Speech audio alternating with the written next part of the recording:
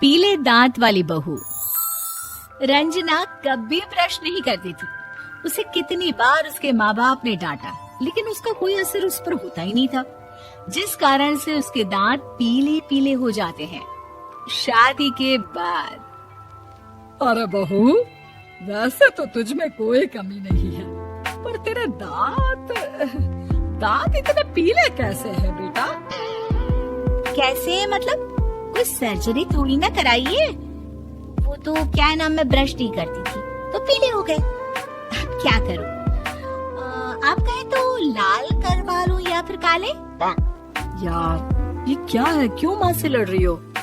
लड़ रही हूँ? अरे मैं लड़ रही हूँ या ये बोल रही है कि दांत पीले हैं, पीले। अरे तपस्या थोड़ी ना की है इन्हें पीले करने के लिए। बकायदा ब्रश नहीं किया है 20 साल तक, तब जाकर। छी, कैसी बात कर रही हो? ये उस वक्त तो पीले नहीं थे जब हम लोग तुम्हें देखने आए थे। अरे तब साफ करवा लिया होगा डेंटिस्ट के पास जाकर। अब देखो कैसे पीले पीले लग रहे हैं। रंजना सास की तरफ गुस्से से देखती है। फिर शुरू हो गई पीले पीले पीले। अरे पीले तो तब भी थे जब मेरे हाथ का रसगुल्ला उड़ा उड़ा कर खा रही थी और बोल रही थी, लड़की नहीं गुणों का खजाना दे रहे भाई साहब आप। अब वो लोग करते भी तो क्या करते, पीले दांत वाली बहू पल्ले पड़ी थी तो झेलना तो था ही।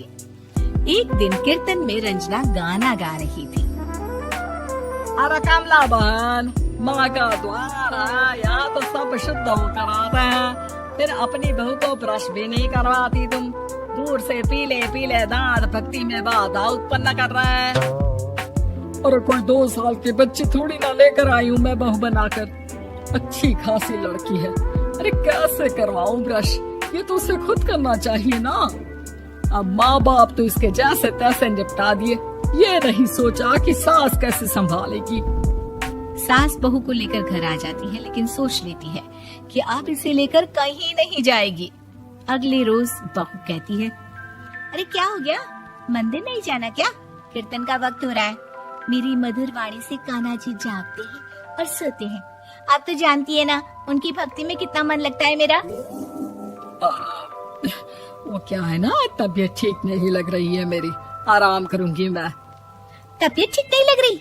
अभी तो मिथुन के गाने पर नाच रही थी आप, और अब बोल रही है कि तबीयत ठीक नहीं लग रही। अरे भक्ति में मन लगा लो सासू माँ, ऊपर जाना है, क्या मुंह दिखाओगी आप? हाँ? सास को बहू की बात पर गुस्सा आ जाता है। मैं क्या मुंह दिखाऊंगी, इसकी चिंता तो ना कर, समझी? अपने मुंह की चिंता कर, जो ये पीले पीले दांत लेकर हर जगह पहुंच जाती है। पता है लोग कितना मजाक बनाते हैं।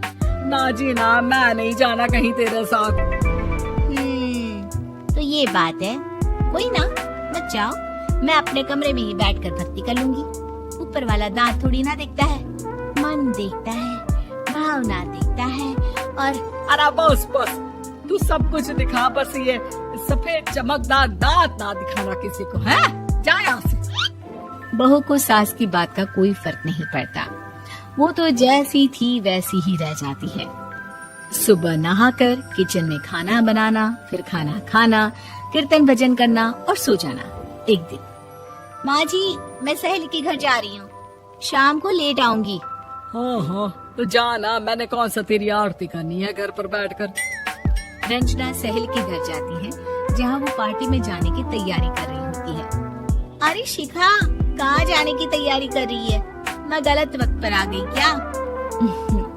अरे नहीं यार, उल्टा सही वक्त पर आई है। मैंने ये साड़ी और ज्वेलरी निकाली है यार, शाम को इनके ऑफिस की एक पार्टी में जाना है। मत आना, कैसा लग रहा है ये सब? नहीं यार, इस ड्रेस के साथ तो वो वाली ज्वेलरी अच्छी लगेगी। हाँ हाँ सही बोल रही है, मैंने ध्यान ही नहीं दिया। वैसे तो हमेशा से मस्त फैशन सेंस रखती है। तो बड़ा जाती होगी ना पति के साथ पार्टी में। रंजना कुछ नहीं बोलती, बस सोचती है कि यार काश ये बात सही हो जाती, पर मैं क्यों नहीं जाती पार्टी में? क्या इन लोगों की कोई पार्टी होती नहीं होगी? रंजना घर आती है और रात में पति से सवाल करती है, एक बात बताइए, आप मुझे किसी पार्टी में क्यों नहीं ले जाते? क्या आपकी यहाँ ऑफिस में पार्टी नहीं होती? पति बेचारा क्या कहता कि दांत पीले हैं तुम्हारे इसलिए। अरे कोई पार्टी होती नहीं हम लोगों के ऑफिस में, तो कहाँ से लेकर जाऊं? और मार्केट, मॉल, कहीं वीकेंड घूमना, कहीं तो। अरे यार, सारे हफ्ते में एक छुट्टी मिलती है, तो सोचता हूँ कि आराम ही कर लूं। क्यों? रंजना मन मार के रह जाती है। पहले कभी सास के साथ मंदिर जाया करती थी, लेकिन वो भी सास ने ले जाना बंद कर दिया। घर बैठी बैठी रंजना बोर हो जाती है।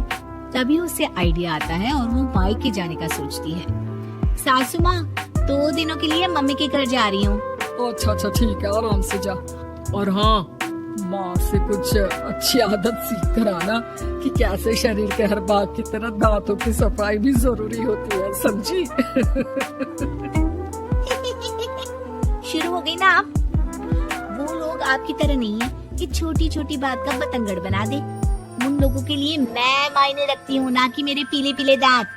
रंजना माँ को बिना बताए उन लोगों को सरप्राइज देती है, लेकिन जैसे ही वो दरवाजे पर पहुँचती है, अंदर देखती है कि घर वाले कहीं जा रहे होते हैं। अब माँ, काश रंजना दीदी के दांतों वाली प्रॉब्लम नहीं होती, तो वो भी हम लोगों के साथ चलती ना बुआ जी की बेटी की शादी में। हाँ बेटा, लेकिन अब उसे कौन समझाए कि उसको उसके पीले दांत नहीं दिखते, लेकिन उसके आसपास के लोगों को कितना एम्बैरेसिंग फील कराते हैं। मुझे तो कितनी बार उसके स्कूल की टीचर ने शिकायत की कि उसके साथ कोई लड़के बैठना भी नहीं चाहते, और ना ही कॉलेज में कोई उससे बात करना चाहता था। लेकिन पता नहीं क्यों उसे ये बात समझ में ही नहीं आती। कोई कमी नहीं है उस लड़की में, बस यही कि दांत पीले हैं। वो तो भला हो जीजा जी और उनकी माँ का, जो दीदी को जैसी है वैसे ही रखा हुआ है। रंजना को अपने घर वालों की बात सुनकर बहुत दुख होता है।